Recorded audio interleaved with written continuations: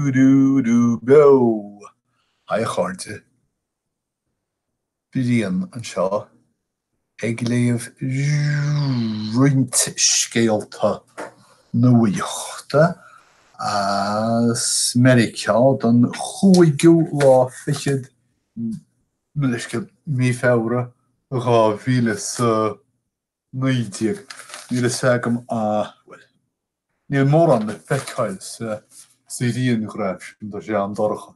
Ach bainean an scéal seo leis lead se Alex McIntyre. nó bhealach eile níl mór fictúr chéad lehan i New York Times in jobh bainteach le Meiriceá i néachar ach le Sasanna. Is Sassanach Alex McIntyre as Brighton is Sassanna. Nes Sait leom Gomanian an scéal seo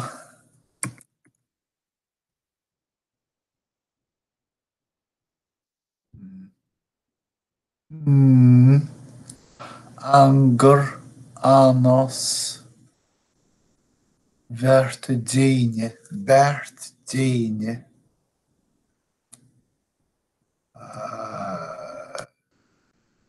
Déine a thugann na meáin gach cearú. Tháinig siad as an ngán chúis ar chugaí. Sé, okay. Well, ógánach is ógánach Alex McIntyre. Dásús faoi tion chur cearúchain agus óg agus a chas le sóisialachas. Déine idir sé sin a méid atá leolalas aige. Agus bainean an scéal seo le Brighton agus Alex Bocht agus mar a dás sé sús seang agus an ngán chuid. Dúnú an tionad óige nuair a bhí sé de. Bainniú liúntas tithíochta a bháthar de. Scabhú beidir gur bherra faoin achta liasú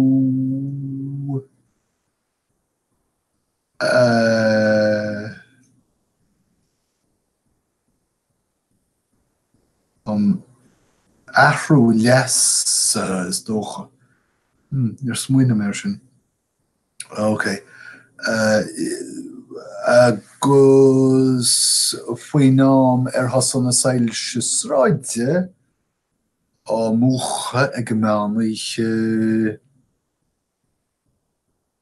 háthaigh sé gachrad le chéile faoi scéal eile. Policy rialtas a Hanvínian óige. Rásin seo Meiriceá. Si tá scéal bhuiin chuí in na bhfuil politeoirí Measarthaigh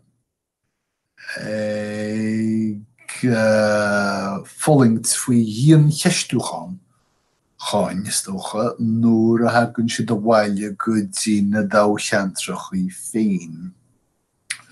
Tá táthóirí sna tácheantar fearagach faoin ruscaireacht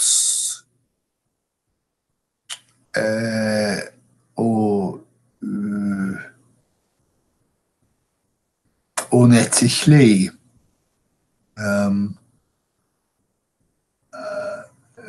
Politeoirí cosúile Ben McAdams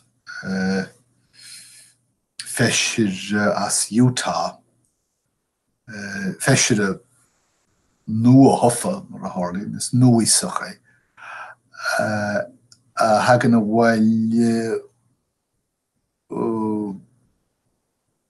go gortir ceiste na faoi friúdachas agus sosiálachas.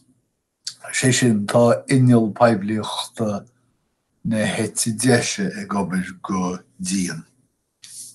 Israel tá Benjamin Netanyahu tar éis cóghúiliocht gógach go maith chómáil chónáil agus anis tá sé ag chur tá sé ag chur a chinúid féin I bheantar sa seans fáirtí cineach dar ben Otzma Yehudit cuacht giúdach. Fiú san Israel mar sin tá an taun údrásach seo techt. An Vatican tá an Papa Francis ag garam cogadearag bhí úsáid gnéasach. Gnéis? Gnéasach. Tá sé ag impi go gurfar stop leis na ceachadóirí dar leis mictír is dócha be ceart rá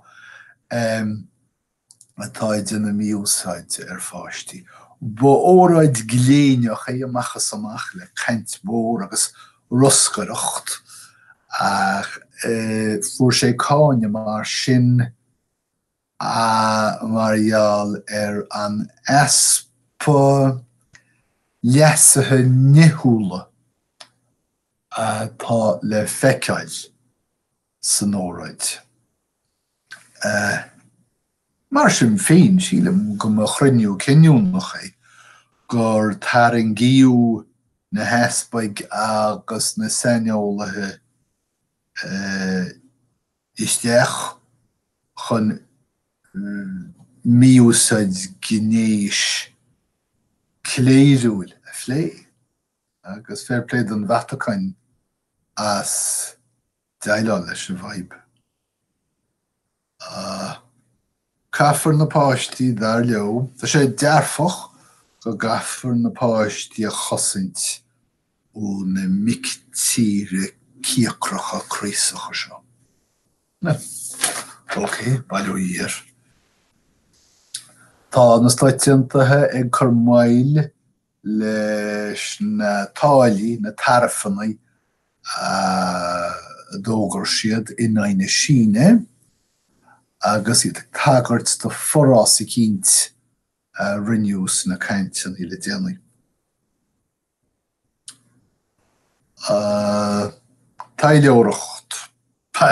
Tailioracht agus Mike Pompeo. Tá Mike Pompeo, is sé Mike Pompeo ard tailioir an rialtas seo, agus ní gáin eile rád leis sin. Ach tá dain ag bhrú a bollasí Meiriceá dús atá ag na stáitianta.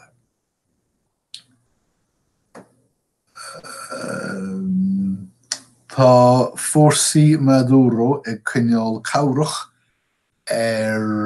cheornachaí na Venezuela agus dá mise iad dhéanhain an rud cinna, mar go cínte tá an chabhar sin ceangailte le titim an rialtas. Tá thar clásán san Astráil go háirithe in iarthar na Astráile go bhfuil a bhd an iommarcha mrá bundúchasacha á gathe sa phríosún maiall fíneálachaí neamhíche. Cheart cross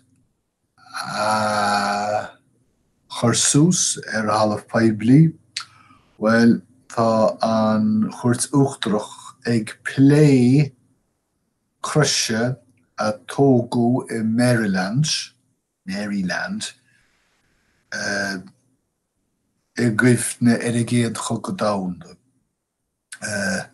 chasúil gur crosstailte conspóiteach achtranochaí.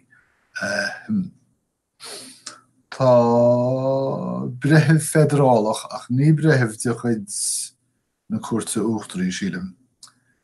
Tar éis rialú énaí conscríofa de ir amháin. Ag ceap go leor. Intleacht siar agus mocha sa tín.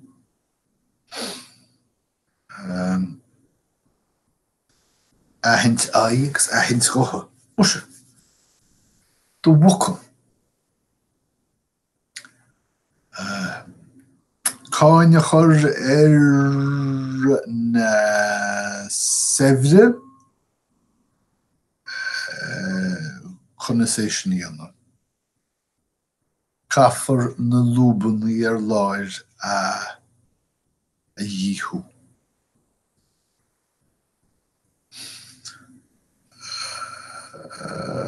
Fiú, seo ceist simúil, má chuirtear líomhantí míúsáide I d'aghaidh in Nuacht. Fiú muna gráithítear iad. Is féidir le duine a bheith blochailte ó ostaíocht maheallar na líomhantí. Zetslim go bhfuil le héadán agus dúliste nó liste termisce fiú nuair nó crochaíú táta in aghaidh daoine. Well, Bill de Blasio an seasaí sé don Uachtaránacht. Tá sé ag go ligint, céirt tá sé tarint bríg chothúlachta féin, nó leabhnáire. Agus é caint go seachantochas go cosantoch in Iowa. Ach, céim fá go dúrach sé cuairt Iowa ceithre huair ó 2014 go cinnte tá sé ag smaoine bhar an ainm nuachan.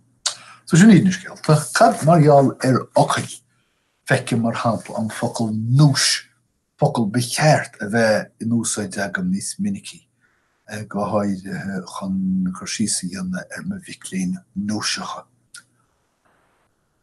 Tarcusna, well, tá focail sin agam na fada. Aon tua, tá focail sin am na fada, ach ní úsáid mé mór an cochail. Tá níos mó sa cochail ná clúdacht do chuigin. Siad is cochailán ná aon rud féidir síalach ar dechan mar hampla. So bíon knótáúna gachal is dócha. Antrífa, focail atá amach nach nósáid in minic go leor. Cú le cinenne cosú leis a bolitóir fina fáileach sinne as a glár a heasan in aghaidh fadaí in ainmneachaí. Feltóir sé. Rush mar hampla, rush piléir. Aon deonach, son an aon deonach agus tealach sort agus cílíonn se rud nó uimhir nó méid a rognaíonn tú gan éon loic a bheith tíomhthíir den rá. So sin iad na scéal móra agus cúpla focail nódaobh asúla an gur bhhain si bhúsa deas tú agus go maid ag caint le chéile a rís sarabhad idir an dálín goim rath dé oribh go léir. Slán.